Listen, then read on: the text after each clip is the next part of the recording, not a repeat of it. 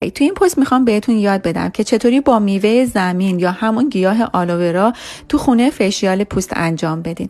برای انجام این فشیال شما به ژل آلوورا احتیاج دارین. حالا یا میتونید از ژل آلوورای طبیعی استفاده کنید یا از ژل آلوورای آماده.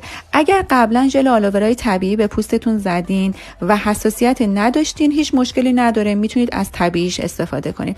اما اگه شک دارین یا به گیاه طبیعیش حساسیت دارین، میتونید از ژل‌های آماده استفاده کنید که میزان حساسیتشون پایین تر هستش.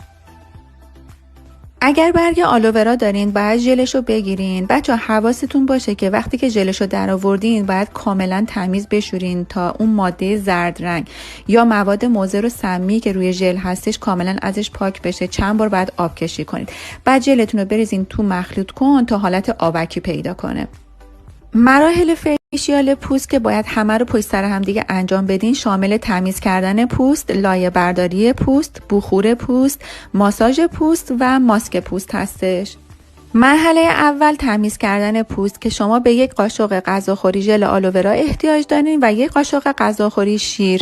اگه موادتون کمه میزانش رو میتونید بیشتر کنید. خوب با هم قاطی کنید و پوستتون رو حدود 2 دقیقه باهاش ماساژ بدین.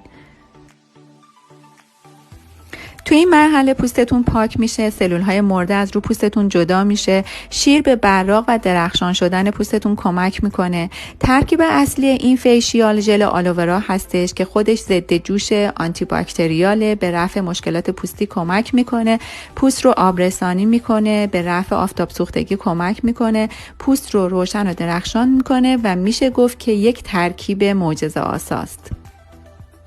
بعد از 2 دقیقه که این مواد رو پوستتون ماساژ دادین، با پد یا اسفنج آرایشی یا یه حول پوستتون رو پاک کنید یا اینکه با آب بشورین. مرحله دوم مرحله لایه برداریه که شما به 1 قاشق غذاخوری آرد برنج احتیاج دارین و 2 قاشق غذاخوری ژل آلوورا. موادتون رو خوب با هم قاطی کنید. اگر موادتون سفت بود میتونید یه مقدار بهش گلاب اضافه کنید. بزنید به پوستتون و شروع کنید حدود 2 الی 3 دقیقه ماساژ بدین پوستتون رو. این ترکیب پوستتون رو روشن و درخشان میکنه. اگر تیره شده یا لکه‌های تیره داره به رفعشون خیلی کمک میکنه. بچه‌ها حواستون باشه که اگه پوست نازک و حساسی دارین لطفاً این ترکیب رو خیلی محکم روی پوستتون ماساژ ندین چون ممکنه آسیب به پوستتون بزنید.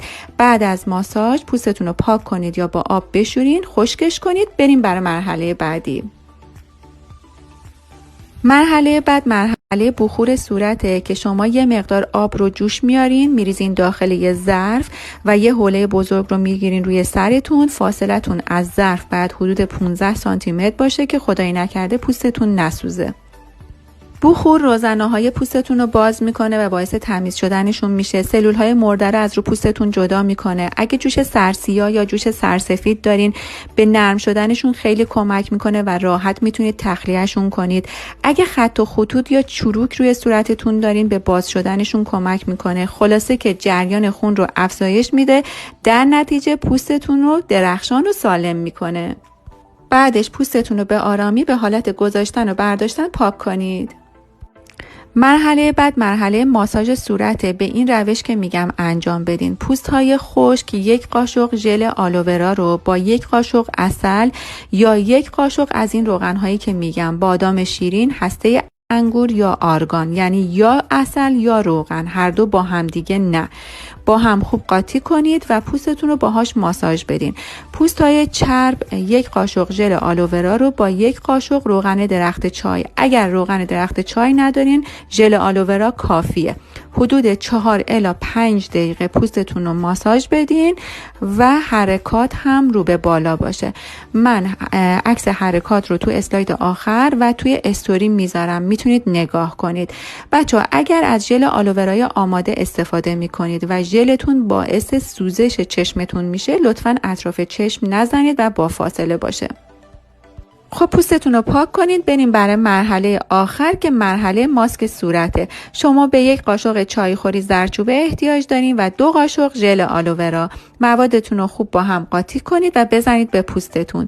زردچوبه باعث آرامش پوستتون میشه، ضد التهاب پوستتون رو روشن میکنه و ضد لکه. اگه پوستتون خشکه میتونید به این ترکیب یه روغنی که مناسب پوستتونه مثل روغن زیتون، بادام شیرین یا هسته انگور اضافه کنید. اما اگه پوستتون چربه یا مختلطه یا معمولیه، همین دوتا مواد یعنی زردچوبه و ژل آلوورا کافیه. بذارین 10 دقیقه بمونه و بعد هم برین پوستتون رو کامل بشورین. بعد از شستن مرطوب کننده آبرسان یا ژل آلوورا به پوستتون بزنید، البته از نوع آماده، و از آینه بودن پوستتون لذت ببرین. خب بچه‌ها، این فیشیال رو هفته 1 بار پشت سر هم دیگه باید انجام بدین و پوستتون رو از هر گونه آلودگی و ناخالصی پاک کنید. اگر ویدیو رو دوست داشتین لطفاً لایک رو برام بزنید و نظرات ارزنده‌تون رو تو کامنت ها برام بنویسید. خیلی ممنون که با من همراه بودین. فعلا خدا نگهدار همتون.